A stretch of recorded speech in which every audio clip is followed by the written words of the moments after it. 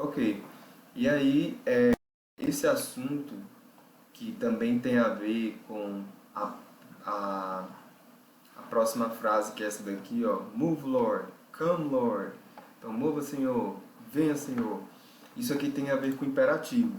Então, como é que o imperativo se constrói? Em poucas palavras, o verbo ele fica no infinitivo sem o to, e aí vem aí depois o complemento. Ok? Então, se você quiser saber mais a respeito do imperativo, entra nesse site aqui, né? Eu já dei a dica para você. Eu acredito que nele não tem o assunto de imperativo, mas não tem problema, você consegue pesquisar isso fácil na internet. Imperativo no inglês, e aí você consegue ver a respeito dessa forma verbal, dessa forma de discurso, ok? Que serve para você expressar uma ordem ou um pedido, ok? Outra aqui, né? Praise God, glory to Jesus. Então, glória a Jesus. Praise God louve a Deus, certo? Praise tem a ver com essa questão do louvor. Então, aqui também é um imperativo. Glory to Jesus, glória a Deus. Ele inverteu aqui, mas só traduzindo aí corretamente para você. Receive your healing, receba a sua cura. Mais uma vez aí, só revisando um pouco do que foi falado na aula passada, que o verbo to heal é o verbo curar, e aí quando você coloca o ing, você está substantivando esse verbo. Então aqui vira o substantivo cura. Repeat with me, mais uma vez o imperativo acontecendo aí. Repita comigo. Sorry, excuse me, você já sabe, né? Thank you very much, muito obrigado. Aqui já entra uma outra pergunta, né? What are you feeling now? O que você está sentindo agora? Então, aqui é um uso de presente contínuo. Então, é algo que a gente falou, inclusive, na aula passada. Ok? What for? Pelo que? Então, quando isso aqui vai surgir, né? Normalmente, quando a pessoa chega, o americano está lá, e aí a pessoa quer perguntar, o americano, na verdade, pergunta, né? What for? Então, no caso, é pelo que? Pelo que aquela pessoa quer a oração. Então, what do you want for in your prayers? What is your desire? What for? Então, tudo isso são frases que tem a ver aí. Ok. Outra também, né, que tem a ver com essa questão é what is your wish? What do you want from Jesus? Também uma frase. Ok. What's the problem? What's the condition? Condition aqui não pode ser traduzido como, nesse caso, né? Ele fez uma tradução para doença, mas doença, a palavra doença, é essa palavra aqui. Deixa eu só escrever. Se escreve dessa forma aqui, ó. Disease. Então, no caso, what is your disease? Aí sim tem uma referência com doença, ok? Então, disease, que tem a ver com doença. Como é que é a pronúncia? Disease. Disease mesmo. Disease. Disease. A sílaba forte é no zis. Disease. Aqui está acentuado só para você saber que é um i mesmo. E aqui também, zis. Aí eu coloco a sílaba mais forte em destaque, em caixa alta aqui, para você poder saber que é a sílaba mais forte. Eu só acentuo só para você saber que é um i com som de i mesmo agudo. Ok? Então, disease. Então, doença quer dizer disease. Tem algumas palavras que podem meio que se misturar aí com a ideia de doença também, que é ill, e é um substantivo que também tem a ver com doença. What is your ill? E a pronúncia é ill. E o L se dobra a língua, né? Esse L dobra a língua na boca. Sick é um adjetivo, certo? É a diferença dessa palavra para essa daqui. Então, por exemplo, na frase I am not sick. Então eu não estou doente. Agora aqui, um exemplo de frase é what? Vou colocar na afirmativa. I don't have an ill. Eu não tenho uma doença. Então aqui é um exemplo de frase, ok? Que também poderia ser disease. I don't have, aí no caso fica a, né? A disease. O artigo indefinido aqui, ele está indo porque aqui a palavra começa com uma vogal. E aqui, como a palavra começa com consoante, o artigo indefinido é a. Então, I don't have a disease, eu não tenho uma doença. Ou I don't have an ill, eu não tenho uma doença. São sinônimas essas palavras, né? Ill e disease. Agora, sick é uma qualidade, né, da pessoa no sentido de estar doente. Então, I am not sick. Ok? E tem alguns tipos de doença que talvez você tenha ouvido falar delas, como por exemplo essa daqui, o cold, que é um resfriado mesmo. Então, I am not cold. E aí é um estado, um possível estado também. Aqui é uma palavra, é uma palavra resfriado. É uma palavra também adjetiva, ok? Aqui é um substantivo. Não, em inglês, né? Vamos botar assim, entre parênteses, porque aí fica a palavra noun, que quer dizer substantivo. E aqui é adjective, sick. E aqui também, cold, adjective. Ok? Pronto, tudo isso aqui para poder explicar, né, a respeito desse assunto. E eu não ia falar agora disso, mas já vou adiantar. Existem algumas doenças que tem esse finalzinho aqui, ó, aches, são as aches. Então, quais são as aches? Nós temos, por exemplo, tooth é o quê? Dentes. E aí você acrescenta essa terminação, toothache. Então quer dizer dor de dente. Você não fala tooth pain, você fala toothache. Que a palavra pain também tem a ver com dor. Né? Por exemplo, back pain. Aí quer dizer o quê? Dor na costa, né? Nas costas. Então, back pain. Aí, outra ache também que tem, headache. Que é o quê? Dor na head, na cabeça. Headache. Tem também essa daqui, stomach, que é uma palavra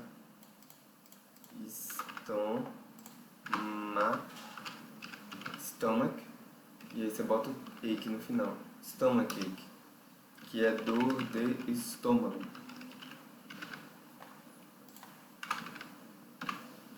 Pronto, então temos 3 exemplos aqui de aches para você lembrar, ok? Que existem e que é algo comum.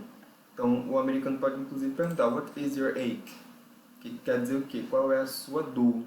Tem a ver aí com a dor, ok? What is your pain? Where is your pain? Também, where, uma pergunta relacionada ao local. Ou what's the problem? What's the condition? What's the problem? Eu acredito que é mais comum. E um outro sinônimo para problem é matter. What's the matter? What's the matter? Então aqui tanto faz também, como tanto problem quanto matter servem, ok? Beleza. Where is it? Onde é, onde está, como eu já dei o exemplo de where. Aqui, would you like to receive prayer? Você gostaria de receber oração?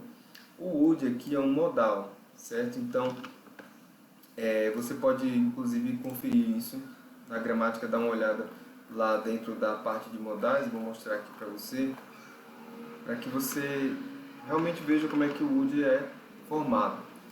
Qual é a ideia do would? Ele acrescenta essa noção do iria no final do verbo, né? Então, nesse caso aqui, like, o verbo é to like, o verbo gostar, então ficaria com o sentido de gostaria, entende? Então, é isso que o would faz. E aqui tem, ó, would, aqui ele coloca como gostaria, mas a tradução mesmo dele não é essa, ele só acrescenta esse sentido no verbo. Porque, por exemplo, poderia ser um exemplo de frase, né? A gente está falando do would modal, poderia ser I would play tomorrow if I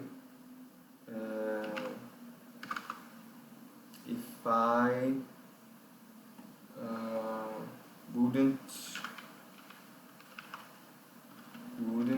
work. Então, eu jogaria amanhã se eu não trabalhasse, né? Então, o trabalhasse aí,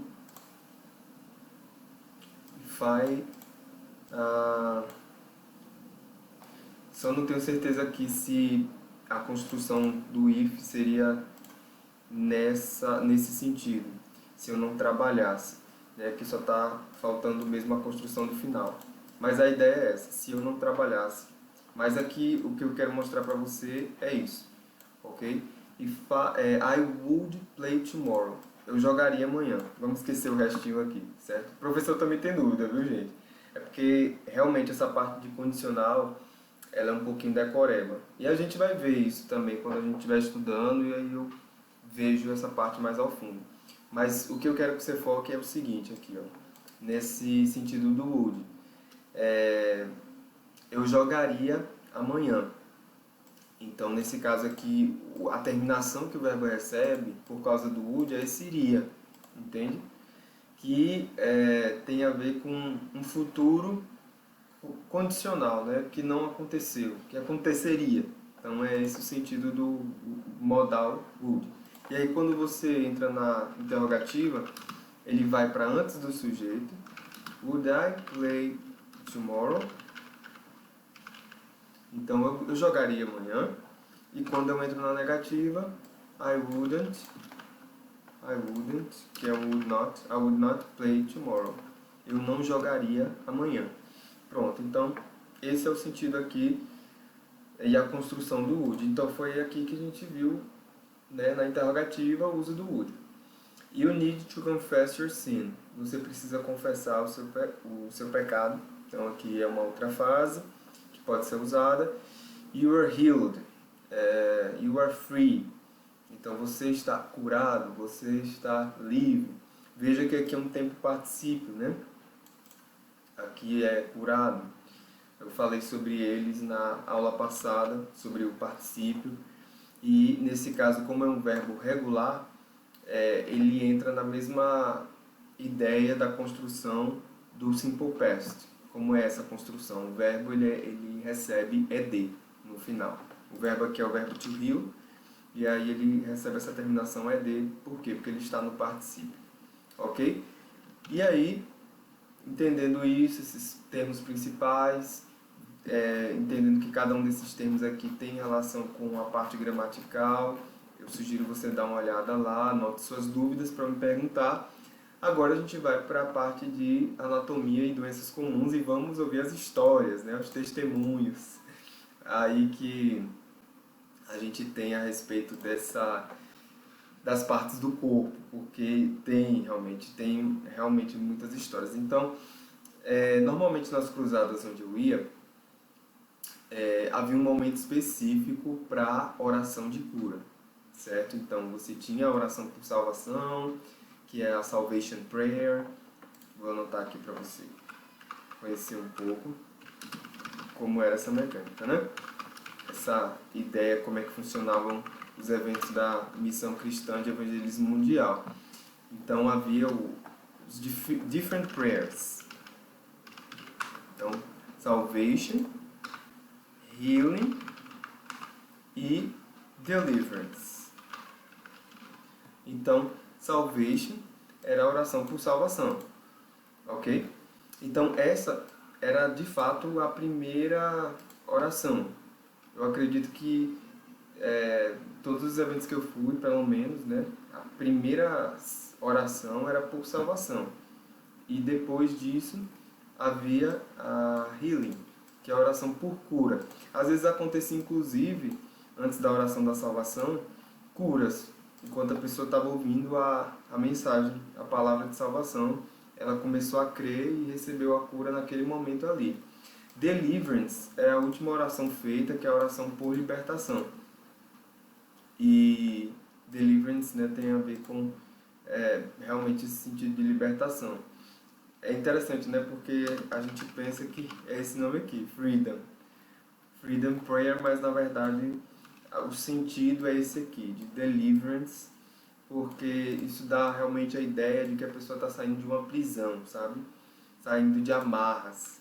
Como é que é amarras em inglês? Bondages. São amarras. Então é esse o sentido que carrega essa palavra aqui, deliverance. Ok?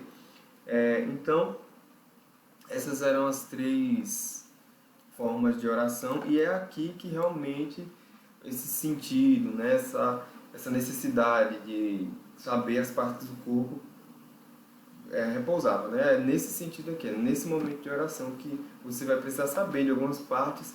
E qual é a dica? Caso haja necessidade ou dificuldade, você pode pedir para o americano apontar, né? Então, where? Então você pode perguntar where, o americano começou a falar lá, ele mesmo perguntou, né? A pessoa disse, né, a respeito da dor. Mas minha dor é no fígado. E aí você não sabe como é que se diz fígado em inglês. E aí, de repente você pode até ter um dicionário no seu celular também, uma dica muito boa para você como intérprete, se houver essa dificuldade de lembrar de partes do corpo. Se você tiver um dicionário ali próximo, no seu bolso, você rapidamente abre um dicionário em inglês-português. E aí você consegue ter acesso a esse nome com rapidez. Mas se houver dificuldade, você pode apontar, né, para exatamente a parte do corpo onde o fígado se localiza, para o americano começar a falar os nomes e você de repente se lembrar. Talvez você tenha esquecido, né, porque são muitos nomes, mas é uma dica, entende? E aí o americano vai falar e aí você pode realmente conferir isso no dicionário ou com alguém, algum amigo intérprete que estiver próximo, ok? Então, mas agora você está tendo aula realmente para que você anote os principais, né? Então, vou destacar aqui o que normalmente é mais comum, e um deles eu já falei, que é justamente as costas, né? The backs.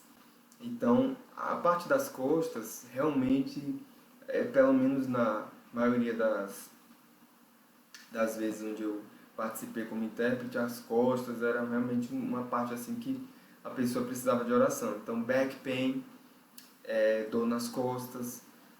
Então, um americano pergunta, what for? Aí você traduz, né? Pelo que você quer oração? Você vê, o americano só perguntou what for e você pode traduzir, você pode interpretar assim porque fica algo mais preciso para a pessoa poder entender, o brasileiro, né? O brasileiro fala, eu tenho dor nas costas, aí você fala back pain. Aí o americano às vezes bota a mão nas costas para poder back pain, para confirmar com você. Aí o brasileiro vai concordar, entende? O negócio pega mesmo quando chega em algo mais interno. Então, se você de repente tiver dificuldade nessas questões mais internas do corpo, foque nelas para poder estudar, principalmente um pouco antes da viagem, certo? Rins, fígado, pulmões, que mais? Intestino, que parece muito com português, estômago, né? Então, barriga, é interessante você também estudar. Pronto, então esses são normalmente alguns nomes que... Porque normalmente as partes externas fica mais fácil porque você consegue apontar. Mas as internas, para apontar, é que há dificuldade. Veja que até eu tive a dificuldade aqui de poder passar isso para você, né? Quando eu falei fígado, por quê? Porque é uma parte interna, ok? Beleza, então veja aqui algumas das partes que eu falei. Vou até localizar aqui algumas que eu já disse, né? Fígado. Fígado é liver. Então veja que fígado é algo que realmente acaba sendo realmente algo que é pedido, né? Algo que as pessoas pedem em oração. Outro também é rim, né? Então kidney é rim. Então se a pessoa diz que tem pedras no rim, então ela tem kidney stones, ok? Veja que inverteu aqui, né? A bexiga também, uma vez eu fiz oração por bexiga, e aí o nome dessa parte é bladder, bladder, ok? Beleza, que mais aqui que nós temos em relação a intestino, que parece com português, intestino, vamos ver aqui como é que é intestino, intestine, então intestino, que é então small intestine, que é o intestino delgado, e large intestine, que é o intestino grosso, que ele é realmente em questão de calibre ele é maior. Que mais? Estômago, que você ouviu também, né? Aqui, isso aqui já aconteceu, viu? Então, heartburn, por mais que, vamos até conferir, né? Acidez estomacal em inglês. Vamos lá. Então, ele está trazendo aqui como stomach acid. Vamos ver aqui. Eu gosto desse dicionário, inclusive eu sugiro ele para você porque ele inclui isso em textos. Então, realmente, é stomach acid. Mas o que foi que ele colocou lá como heartburn? Heartburn, o que seria heartburn? Como está lá? É azia também. Então veja que heartburn Heartburn. heartburn é azia estomacal e tem o nome heart dentro aqui, né? Burn tudo bem, que tem a ver com a questão do fogo, né? Burn, que é queimar. Mas heartburn, assim se você fosse traduzir, mas você pode ouvir isso do americano, né? Então heartburn, que seria stomach. Você poderia até, de repente, confirmar. Se você ouvisse heartburn e não lembrasse, você pode apontar para o estômago e dizer stomach burning, a fire, like a fire. Aí o americano confirma, yes, heartburn. E aí consegue meio que confirmar isso, entende? Por essas associações, né? Fogo no estômago e tal. Então, tem a ver também. Isso, de certa forma, é uma certa ajuda. Ok, intestino, estômago, rim, fígado, pulmões, que é um nome bem diferente. E é bem comum acontecer de pedir oração por pulmão também. Lung. Então, lung é pulmão, ok? Pronto, quadril também. Opa, quadril, hip. Pode ser algo que a pessoa tenha dor no quadril, nos quartos, né? Que algumas pessoas falam a respeito de quarto. E isso tem a ver com a hip, as hips, que normalmente é a palavra que vem mais no plural, quando o americano vai falar. Her hips, então os quadris dela. Então, é isso. Se você quer se referir a algum tipo de problema, aí tem aqui, né? Essa palavra que você pode associar, que é disorder. Então, cardiovascular disorder, digestive disorder, skeletal disorder. Né? Então a pessoa começa a contar uma história, às vezes você está interpretando e a pessoa não percebe que você é um intérprete que precisa de pausas para poder passar a ideia para o americano. E ela, enfim, às vezes por questão de estudo, de experiência, nunca viu um intérprete, nunca viu um americano. E aí você tem que ouvir atentamente, sem interromper de repente a pessoa, mas tente se for possível, educadamente, né, interromper a pessoa e dizer que você pode esperar um pouquinho para poder traduzir para ele. Se a pessoa não parar de falar e você tenta captar a ideia geral, ela muito provavelmente vai falar a respeito de, sei lá, das costas dela e contar a história das costas e tal. E aí depois fala dos outros ossos e panamã, pananã. E aí você vai pegando os pontos principais ali. A gente vai, eu acredito que mais pra frente trabalhar melhor isso, mas já anota aí, né? Então, se a pessoa vem com uma grande história, você pega os pontos principais e interpreta isso para o americano, né? Então você fala, it's a kind of skeletal disorder. She has problem in her bones, in her backs. E aí você começa a falar a respeito, no caso dos ossos, né? Bones. Bones é uma palavra que se refere a ossos. Tinha até uma série, né? Bones, ossos. Então, nas costas dela, in her hips, e por aí vai, ok?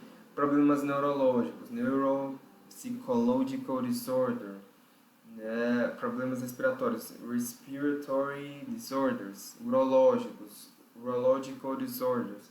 Só não seja técnico demais também a ponto do americano nem saber do que você está falando, né? Então, a ideia é que você também sonde isso para ver se o americano tem esse conhecimento, ok? Que mais? Que pode acontecer aqui. Pâncreas é uma palavra bem parecida com o português, então é tranquilo para você lembrar. Veja, panturrilha é uma palavra tão diferente que talvez você nem consiga lembrar. Às vezes alguém faz academia e consegue por conta dos aparelhos, mas se você não conseguir lembrar, como panturrilha é uma parte externa, tem como você apontar, certo? Então, eu não gastaria os meus neurônios tentando lembrar de panturrilha, que é calf. Então, eu aponto, porque é uma parte externa, né? Dê a sua atenção maior para partes internas, quando você for fazer a sua viagem. E cuidado aqui com os plurais irregulares, porque tem partes do corpo que tem plural irregular, como o pé. Pé é foot, e no plural fica feet, ok? Então, no caso aqui eu acredito que eu tenho até errado aqui quando eu falei de toothache. Toothache é dor de dente e não dor de dentes, ok? Então aqui é singular foot e pés feet.